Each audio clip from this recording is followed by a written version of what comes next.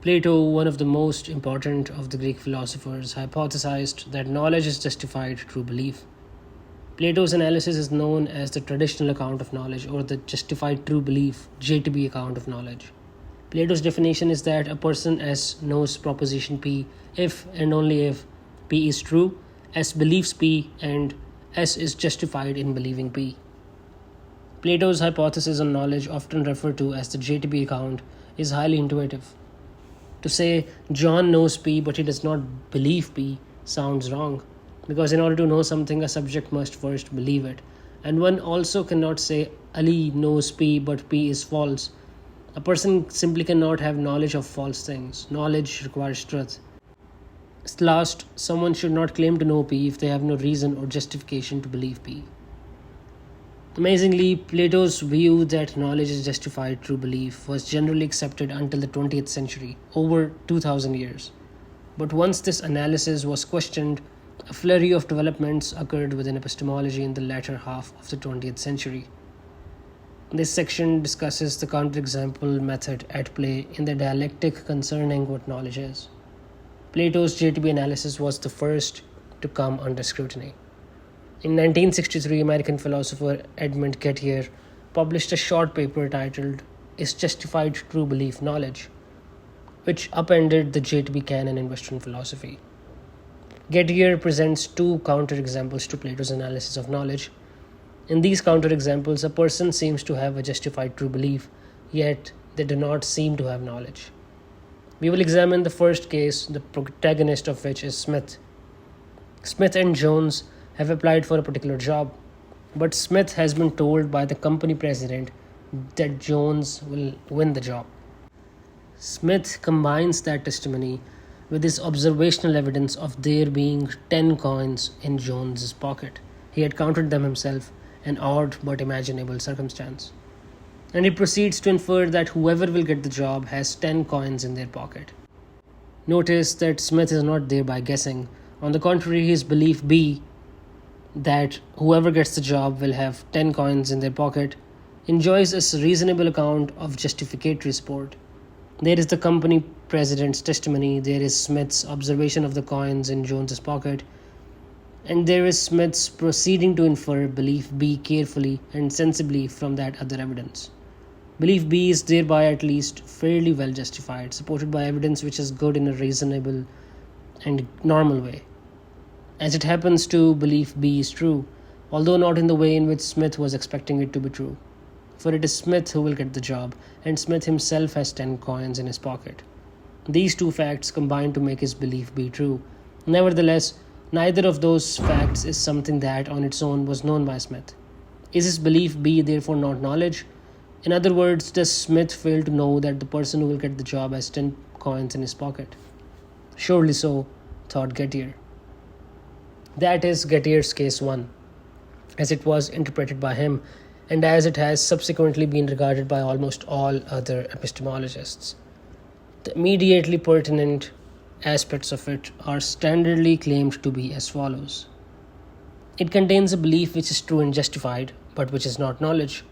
And if that is an accurate reading of the case, then JTB account is false.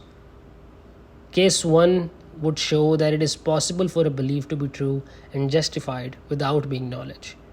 Case 1 would have established that the combination of truth, belief, and justification does not entail the presence of knowledge. In that sense, a belief's being true and justified would not be sufficient for its being knowledge. While Gettier is credited with the first popular counterexample to the JTB account, he was not the first philosopher to articulate a counterexample that calls into question Plato's analysis. But because Gettier published the first influential account, any example that seems to undermine Plato's JTB account of knowledge is called a Gettier case. Gettier cases illustrate the inadequacy of the JTB account, a problem referred to as the Gettier problem. The earliest known Gettier case, long predating the term, was conceived by the 8th century Indian Buddhist philosopher Dharmakirti. Dharmakirti's case asks one to imagine a weary nomad traveling across the desert in search of water. The traveler crests a mountain and sees what appears to be an oasis in the valley below, and so comes to believe that there is water in the valley. However, the oasis is just a mirage. Yet there is water in the valley, but it is just beneath the surface of the land where the mirage is. The traveler is justified in believing there is water in the valley due to sensory experience. Furthermore, it is true that there is water in the valley. However, the traveler's belief does not seem to count as knowledge. Dharmakirti's conclusion is that the traveler cannot be said to know there is water in the valley because the traveler's reason for believing that there is water in the valley is an illusory mirage. Moving on, perhaps you've heard the phrase, even a broken clock is right twice a day. The next case relies on this fact about broken clocks. In 1948, Bertrand Russell offered a case in which a man looks up at a stopped clock at exactly the correct time. There is the man who looks at a clock which is not going, though he thinks it is, and who happens to look at it at the moment when it is right. This man acquires a true belief as to the time of day but cannot be said to have knowledge. Imagine that the clock the man looks at is known for its reliability. Hence, the man is justified in believing that the time is, for example, 4:30. And as the case supposes, it is true that it is 4:30. However, given that the clock is not working and that the man happens to look up at one of the two times a day that the clock is correct, it is only a matter of luck that his belief happens to be true. Hence, Russell concludes that the man cannot be said to know the correct time. The last Gettier case we will look at is from American philosopher Carl Ginnett. Henry is driving through a bucolic area of farmland and barns. What he doesn't realize, however, is that the area is currently being used as a movie set, and all the barns save one are actually barn facades. While looking at one of the barns, Henry says to himself, "That is a barn." Luckily for Henry, the one he points to is the one true barn in the area. Again, all the conditions in Plato's analysis of knowledge are met. It is true that Henry is looking at a real barn and he believes it is a barn. Furthermore, he has come to this belief utilizing justifiable means. He is using his vision in normal lighting to identify a common object, a barn. Yet one cannot reasonably say that Henry knows the barn is a barn because he could have, by chance, accidentally identified one of the fake barns as a true barn.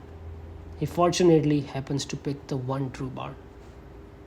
Gettier cases demonstrate that Plato's traditional account of knowledge as justified true belief is wrong. Specifically, Gettier cases show that a belief being true and justified is not sufficient for that belief to count as knowledge. In all the cases discussed, the subject seems to have a justified true belief but not knowledge.